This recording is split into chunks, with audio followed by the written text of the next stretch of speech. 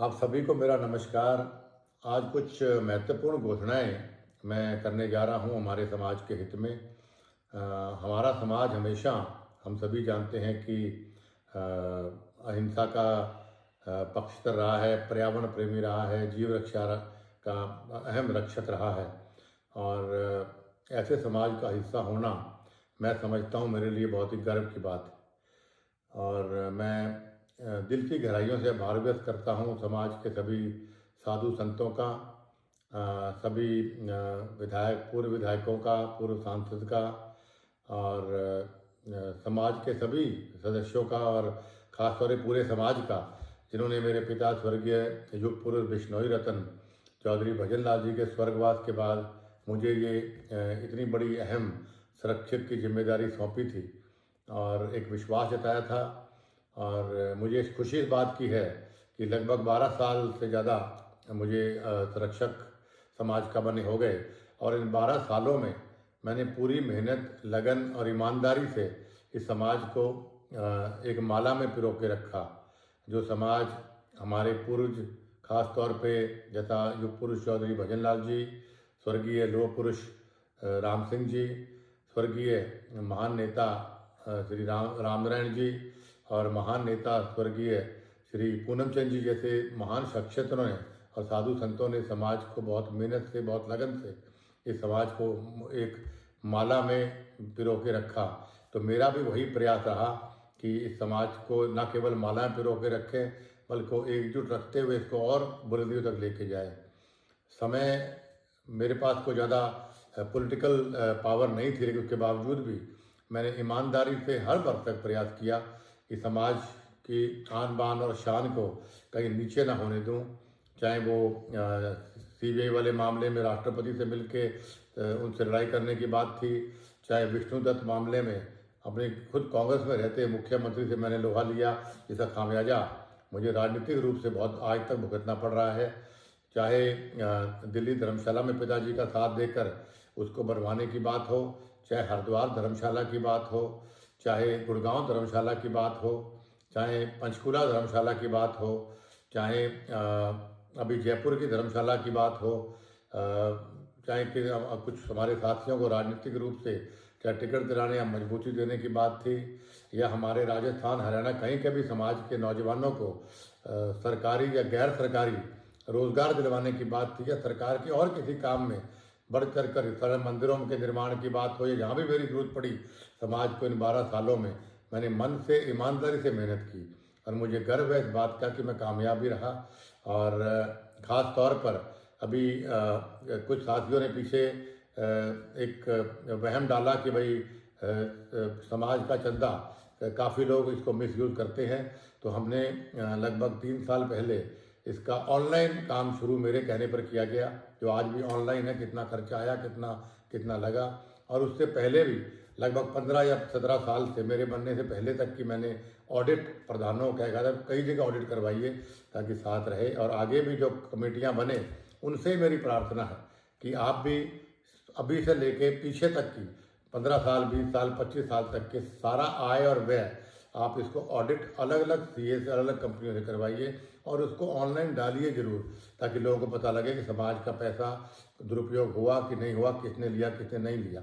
और मैं दावे से कहता हूं कि भाई, और फ़ख्र से कहता हूं कि हमने समाज को अपने तौर और से जो भी हम दे पाए, छोटा मोटा सहयोग, वो हमने दिया। कभी समाज के पैसे का हमने एक कप चाय भी नहीं पी। मेरा दावा है, पिताजी का फोटो सामने, उसको हाजिर हाजिर डाल के मैं कहता हूँ।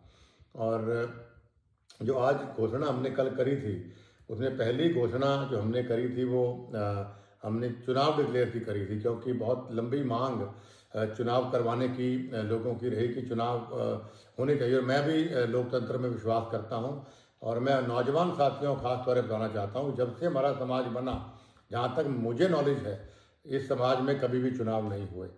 और एक बार मुकाम में बैठा था तो स्वर्गीय चौधरी भजन लाल जी, राम सिंह जी और राम नारायण जी कुछ साथी बैठे हुए थे हमारे साथ। तो उस दिन मैंने पिताजी से पूछ लिया, सबसे पूछ लिया कि भाई क्या कारण है कि हम चुनाव नहीं करवाते समाज में।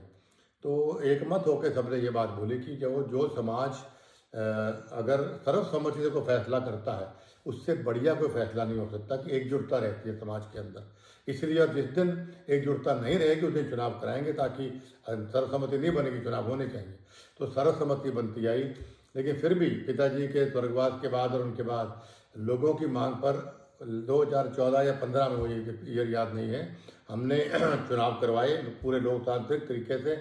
और उसके बाद मैंने जब सारे इलेक्टेड मेंबर्स ने कहा कि हम आपसे मिलना चाहते थे, मेरे घर पे मैंने उनको मिलवाया। उस दिन काफ़ी बारिश भी हो गई थी, तो उस दिन मैंने देखा कई धड़े बनने शुरू हो गए कि भाई प्रधान मेरा आदमी बनने, ऐसे बने वैसे बने। जब मैं अलग अलग बुला के बात कर रहा था उस टाइम पे मैंने ये महसूस किया। तो फिर मैंने फिर सब लोगों से जब चर्चा की, मेन प्रतिबद्ध लोगों से, तब उन्होंने कहा कि भाई फैसला अगर इस तरह झगड़ा करेंगे समाज में बहुत धड़े बन जाएंगे और आपसी फूट समाज करे शुभ नहीं। तो उन्होंने मेरे ऊपर छोड़ा। तो उस वक्त मैंने फिर हीरा राम जी को, उस वक्त अध्यक्ष, सभी की राय लेके मनोज के काफ़ी लोगों से मैंने पूछा कि भाई किसको देखा। सबने कहा कि ये ठीक है, ये नाम हमने कुछ रखे। तो हीरा राम भवाल जी सबसे अच्छे ईमानदार व्यक्ति थे, उनका नाम सबने कहा, तो उसको हमने अनाउंस किया। और उसके बाद कोविड आ गया, तो कोविड 1 कोविड 2 आया, तो ये इलेक्शन आगे जाता रहा। तो अभी हमने फिर कल सुबह चुनाव की घोषणा की, और उस चुनाव में हम समझते हैं पूरी पारदर्शिता हो, इसके लिए हमने हमारे पीठेश्वर स्वामी रामानंद जी की चेयरमैनी में एक कमेटी बनाई है 29 मेंबरों की, जिसमें स्वामी रामानंद जी हमारे अध्यक्ष रहेंगे। चुनाव करवाएं, उनकी देखरेख में चुनाव होगा। और उनके साथ अखिल भारतीय बिश्नोई महासभा के हमारे राष्ट्रीय अध्यक्ष जो परसराम जी हैं, वो उनके साथ वाइस चेयरमैन होंगे। साथ में 27 मेंबर्स होंगे। और श्री SK बिश्नोई जी जो बहुत ही प्रसिद्ध समाज सेवी भी हैं, लॉयर भी हैं हमारे समाज के, लीगल ओपिनियन के लिए उनको सबसे राय लेकर हमने नियुक्त किया। और इन सभी से मेरी प्रार्थना है कि 1 मार्च मतलब फागुली मेले से पहले हमारा नया कमेटी बन जानी चाहिए, चुनाव पारदर्शिता से होकर, और नया अध्यक्ष भी बन जाना चाहिए। और मेरी सभी जो नए इलेक्ट मेंबर होंगे उनसे मेरी हाथ जोड़ के प्रार्थना है, प्लीज़ आप ऐसा अध्यक्ष चुनिए जो अध्यक्ष जो समाज का जोड़ने का काम करे, तोड़ने का काम ना करे। जो अध्यक्ष 29 नियमों को अपना सम्मान करता हो, जिसके लिए समाज सर्वप्रिय हो स्वार्थ से ज़्यादा, ऐसा अध्यक्ष आपको चुनना चाहिए। जो नशा ना करता हो, जो अध्यक्ष माँ और बेटियों को अच्छी तरह से देखता हो और ईमानदार अध्यक्ष हो, उस आदमी को आप अध्यक्ष चुनिएगा। हमारे समाज के भविष्य और बच्चों के भविष्य का सवाल, ये मेरी पहली प्रार्थना भी है, पहली घोषणा भी हमने कल इस बात की हमने करी थी कि भाई हम चुनाव डिक्लेयर करते हैं। आज से चुनाव की प्रतिक्रिया शुरू, सारा का सारा पावर स्वामी रामानंद जी के पास है। स्वामी रामानंद जी की देखरेख में सारा चुनाव होगा। उनसे प्रार्थना जल्दी से मीटिंग बुलाकर वो अपने आगे चुनाव की प्रतिक्रिया वो शुरू कर दें। और उसके बाद में आपको दूसरी जो घोषणा हमने करी थी कि भाई हमें सब प्रभुजनों से बात करके हमने ये फैसला किया कि भाई समाज में हमें कोई संरक्षक, हमें कोई ऐसा व्यक्ति और बना देखना चाहिए, क्योंकि मैंने कहा कि मैं ज़्यादा समय समाज को मैं नहीं दे पाऊँगा। तो हमने यही बात कही कि भाई तो फिर किसको हम संरक्षक का रूप दिया जाए। तो सभी ने एक मत होकर कहा कि स्वामी रामानंद जी जो है सबसे हमारे पीठेश्वर भी हैं, और चाहे हिंदुस्तान हो चाहे विदेश तक उनके बहुत सम्मान लोग करते हैं, और उनको सारे हमारे समाज का ज्ञान भी है और बहुत लंबा तजुर्बा समाज पे है। उनकी तो दर्शन मात्र से सबके पाप खत्म हो जाते हैं, सबके कष्ट खत्म हो जाते हैं। तो उनको मैं समझता हूँ उनसे बेहतर संरक्षक के रूप में कोई होना चाहिए। सबसे राय लेके हमने स्वामी रामानंद जी को संरक्षक हमने नियुक्त किया है, और ये भी एक फैसला हमने कल किया था। और बाकी जहाँ तक मेरी बात है, मैं अपना यही कह सकता हूँ कि मैं कभी पद का लालची नहीं रहा। सभी जानते हैं कि 2000 जब मैंने ऐसी देर की बात उठाई थी, तब मुझे कांग्रेस पार्टी ने लालच के रूप में केंद्रीय मंत्री की पेशकश की थी। मैंने सारे अखबारों में छपा था कि मैंने उसको डिनाई किया था। फिर डेप्यूटी CM की मुझे पेशकश की गई थी। तो मैंने कहा कि भाई मैं बिकाऊ, कुलदीप बिश्नोई और बिश्नोई समाज का कोई भी आदमी बिकाऊ नहीं हो सकता। तो मेरे लिए सिद्धांत सर्वप्रिय हैं। तो मैंने वो भी केंद्रीय मंत्री पर ठुकराया, फिर मैंने उप मुख्यमंत्री पर ठुकराया। उसके बाद मुझे पहले अखिल भारतीय बिश्नोई महासभा का मुझे अध्यक्ष नियुक्त किया गया। मैं बनना नहीं चाहता था, लेकिन मुझे ज़बरदस्ती बनाया गया। तो मैंने चाय लेके साल या 1.25 साल में मैंने खुद इस्तीफा दिया। और उसके बाद बहुत ही प्रसिद्ध और बहुत ही पॉपुलर मलखान सिंह जी अध्यक्ष बने। और उसके बाद पिताजी के स्वर्गवास के बाद सर्वसम्मति साधु संतों ने और सभी लोगों ने मुझे अखिल भारतीय बिश्नोई महासभा का संरक्षक नियुक्त किया।